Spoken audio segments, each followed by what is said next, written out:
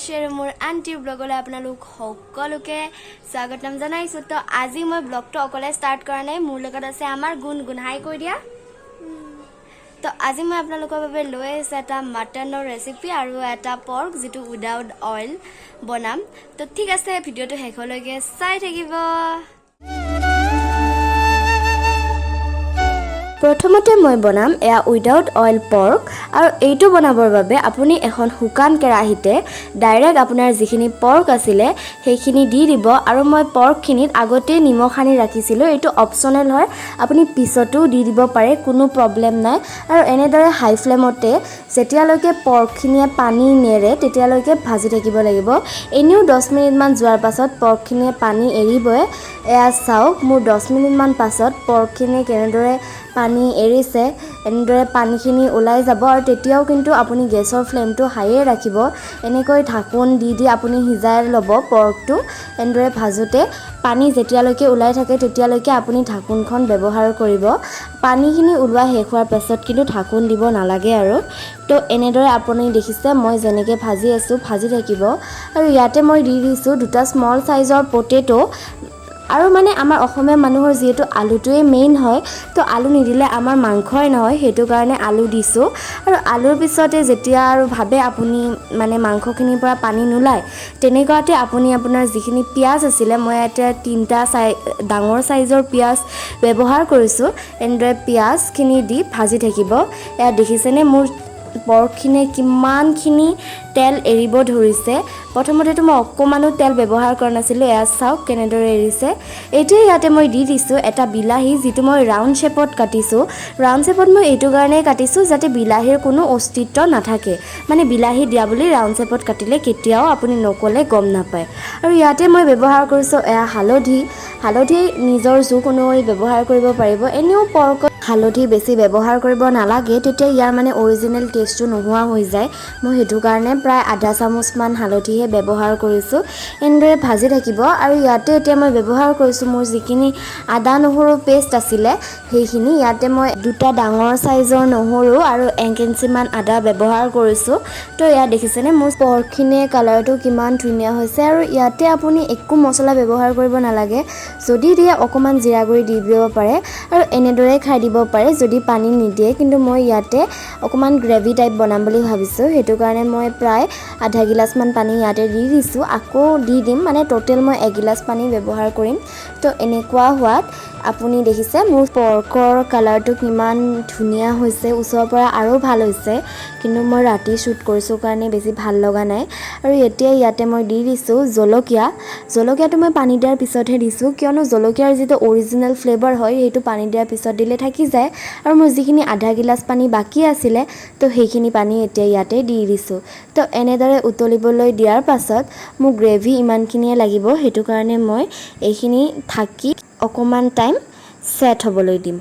আৰু এইটো কেৰাহীতে মই ঢাকি থৈ দিম। এয়া হৈ গ'ল মোৰ পৰ্ক। আৰু এয়া আমাৰ মামীয়ে এইবাৰ বনাব লৈছে মাটন বনাবৰ বাবে যোগাৰ কৰি আছে মামীয়ে এয়া। আৰু এইখন কেৰাহীতে মামী এতিয়া তেল গৰম হ'বলৈ দি তাতে এয়া জিৰা, তেজপাত, শুকান জলকীয়া আৰু 2টা ইলাইচি দি দিছে। এইখিনি কলা নিচিনা হোৱাতে ইয়াতে পিঁয়াজ আৰু জলকীয়াটো দি দিছে। তো এনেদৰে এইখিনি লৰাই ভাজিব যেতিয়ালৈকে এইখিনি এটা গোল্ডেন মানে ব্ৰাউন কালাৰ নহয়, তেতিয়ালৈকে এনেদৰে ভাজি থাকিব লাগিব। এয়া দেখিছেনে গোল্ডেন ব্ৰাউন হোৱাতে ইয়াতে দি দিছে আদা নহৰুৰ পেষ্ট, ডাঙৰ চামুচেৰে এয়া 2 চামুচ হ'ব। তো আদা নহৰু পেষ্টখিনি এয়া দি দিলে। আৰু আদা নহৰু পেষ্ট দিয়াৰ সময়ত গেছৰ ফ্লেমটো ল' কৰি ৰাখিব, তেতিয়া মানে মছলাখিনি কেৰাহীত লাগি নধৰে। তো ইয়াতে এনেকুৱা হোৱাত এতিয়া দি দিছে এইখিনি 1 মিনিটমান ভজাৰ পাছত বিলাহীটো মানে ইয়াতে অকণমান ভাজি ল'ব। আৰু দি দিলে এয়া হালধি। তো এনেদৰে ভাজি থাকিব লাগিব, জুইটো অকণমান কমকৈ দিব। আৰু ইয়াতে এতিয়া দি দিছে যিটো মাটন আছিলে সেই মাটনটো ইয়াতে দি দিছে। এয়া চাওক মাটনটো দি এয়া এইফালে আলুখিনিও মাটনৰ লগত দি দিছে। এনেদৰে এতিয়া গেছটো অকণমান হাই কৰি দিছে আৰু এনেদৰে ভাজি থাকিব লাগিব। তো এয়া দেখিছে এতিয়া ইয়াতে দি দিছে নিমখ।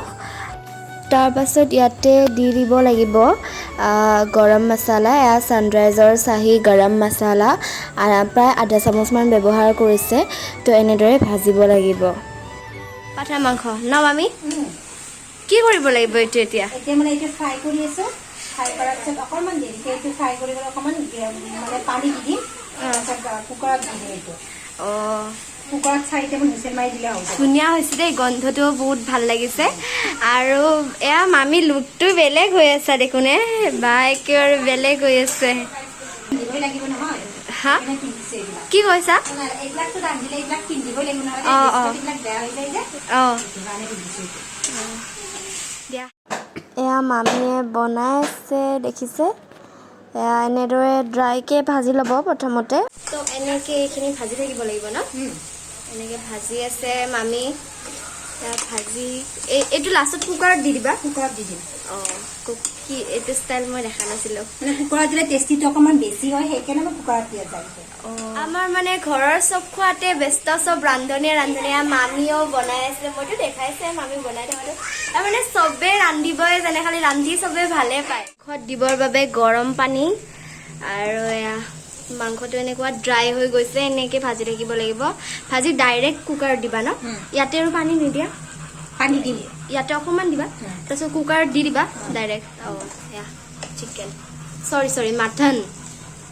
তো এতিয়া ইয়াতে দি দিলে এগিলাচ পানী আৰু এনেকৈ অকণমান উতলাৰ পাছত এইটো ডাইৰেক্টলি কুকাৰত দি দিলে। এনেদৰে দেখিছে আপোনালোকে, এনেদৰে কুকাৰত পানীখিনিও দি দিব লাগিব। তো এনেদৰে দি দিছে। গ্ৰেভিৰ কনচিষ্টেঞ্চিটো আপোনালোকক যিমানখিনি লাগে নিজে মানে হিচাপত দিব। তো এনেদৰে 4টামান চিটি অহাৰ পাছত এইটো আকৌ পুনৰ কেৰাহীত ঢালি দিব লাগিব। আৰু এই মাটনটো বনোৱাৰ প্ৰচেছটো একেবাৰে চিম্পল হয়, আধা ঘণ্টামানৰ ভিতৰতে হৈ যায়। আৰু লাষ্টত এয়া ফ্লেভাৰৰ কাৰণে অকণমান ধনিয়াটো দি দিছোঁ, গোন্ধটো ভাল লাগে। আৰু এইটো আপোনালোকে ইজিলি বনাই খাই চাব আৰু কমেণ্টছত ক'ব কেনেকুৱা লাগে। তো এয়া আমি খাবলৈ লৈছোঁ। এতিয়া খাই পেলাই কৈ আছোঁ কেনেকুৱা হৈছে। এতিয়া আমাৰ খোৱা লোৱা হৈ গ'ল। মই অকণমান গাটো ধুই ল'লোঁ আৰু খাই বহুতেই বেছি টেষ্টি পালোঁ একচুৱেলি। আৰু আশা কৰোঁ আপোনালোক সকলোৱে এবাৰ ট্ৰাই কৰি চাব আৰু মোক জনাব কেনেকুৱা পালে। তো যদি ভিডিঅ'টো ভাল পালে তেতিয়াহ'লে প্লিজ লাইক কৰিব, কমেণ্টছ কৰিব, শ্বেয়াৰ কৰিব আৰু লগতে মোৰ চেনেলটো ছাবস্ক্ৰাইব কৰিবলৈ নাপাহৰিব। তো আকৌ লগ পাম এটি নতুন ব্লগৰ সৈতে। Thank U.